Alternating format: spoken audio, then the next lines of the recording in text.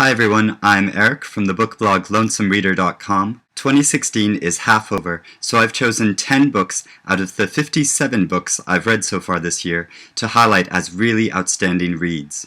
But I want to know what books I'm missing out on, so I'm running a competition like I did last year on my blog. To enter, all you have to do is subscribe to my channel and leave a comment letting me know what is the best book you've read so far this year. This is open to anywhere in the world and will run until the end of July, at which point I'll choose one of your selections to read myself before the end of the year, and I'll send that person one of my top 10 books. The first book on my list is the novel The Gustafson Odda by Rose Tremaine. This is the story of a boy who lives with his poor single mother Emily in a Swiss town in 1948. Gradually, we learn about the role his absent father played in World War II as a border guard, and the outcome of Gustav's life as the novel moves backwards and then far forwards into the future. This is an exceptionally beautiful novel about the true meaning of neutrality in war and in our relationships. Number 2 is the book The Glorious Heresies by Lisa McNerney.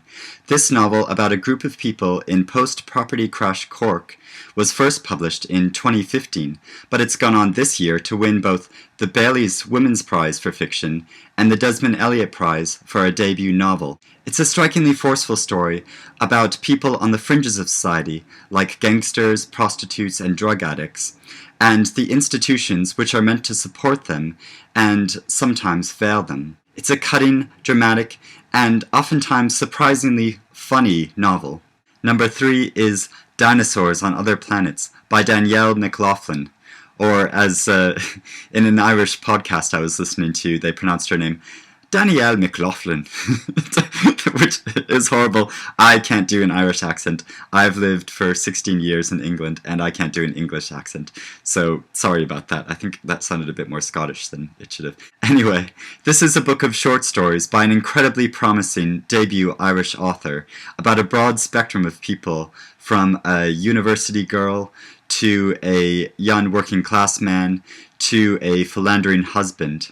In 10 scenes, she writes beautifully and with great depth of feeling about everyday reality. She is definitely an author to watch. Number 4 on my list is The Man Without a Shadow by Joyce Carol Oates. Oates' most recent novel is about a neurologist named Margot who forms a long-term professional and personal relationship with a very special man, Eli Hoops, who has lost the ability to form any new memories. It's a deeply compelling meditation on love and memory, as well as a fascinating account of a highly unusual medical case. Number 5 on my list is Hot Milk by Deborah Levy. In this novel, a young woman named Sophia lives with her disabled mother near the jellyfish-laden beaches in Andalusia in southern Spain. She tries to support her mother in seeking treatment from a quack doctor, as well as navigating the complicated waters of relationships she forms with a man and another woman. This is a distinctive, engaging, funny, and perceptive novel about family and sexuality that challenges our conventional societal expectations. Number 6, The Lonely City by Olivia Lane. Some books grip you because they speak in a profound way to something deep inside you. That's what Lane's nonfiction book did to me with her extended contemplation on the condition of loneliness. She writes about several very different artists' lives and work as they relate to loneliness, and painfully examines her own life. It's a highly intelligent, compulsively readable, heartfelt, and profound book. Number 7 on my list is Under the Udala Trees by Chinelo Okparanta. Some of the most horrendous acts of violence in the world are committed by people acting out their extreme religious beliefs. Okparanta's story is about a girl who survives the Nigerian Civil War in 1968 and grows to be a housewife who feels compelled to hide her true sexuality. It is not only an evocative story about the way we must grow into who we really want to be, but it cleverly suggests strategies for overcoming differences by advocating for an evolution in religious practices and interpretations. It's a forceful and inspiring novel. Number 8, What is not yours by Helen Oyemi. These short stories are sure to disorient as well as hopefully dazzle you. They sometimes dip into the feel of fairy tales, and at other times they're starkly realistic. She uses language, imagery, and metaphors to create startling and long-lasting impressions. She's a tremendously exciting and creative author who presents radical new versions of identity for her characters. Number 9 on my list is The Queen of the Night by Alexander Chee. I love a great story about survivors who grow to change their identity to navigate the pitfalls of life.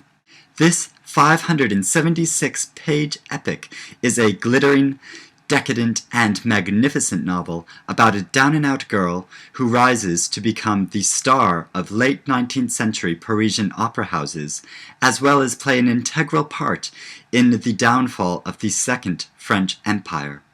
It's at once fantastic for its evocation of these moments in history, and features the best, most extravagantly dressed characters you'll ever meet. And finally, number 10 on my list of the best books of 2016 so far is A Quiet Life by Natasha Walter. Walter's first novel is inspired by a real-life group of British natives who were Soviet spies during World War II. It's a strong portrayal of a woman's perilous place in a time of revolution and within a strictly orchestrated society. Even though its protagonist is nothing like me, I connected strongly with this novel and the dilemmas that its complex heroine Laura faces. Walter is a keenly perceptive and wonderful writer.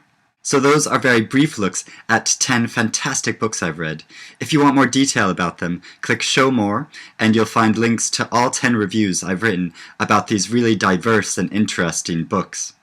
Please enter the competition. I'm really eager to know what everybody else has been reading and what they consider the best books that they've read this year so far. It doesn't need to be a book that was published this year, by the way. It could be a book from any time. So please enter the competition by clicking subscribe and then comment saying what is the best book you've read so far this year. Thanks very much for listening. Good luck, and here's to reading more great books in 2016.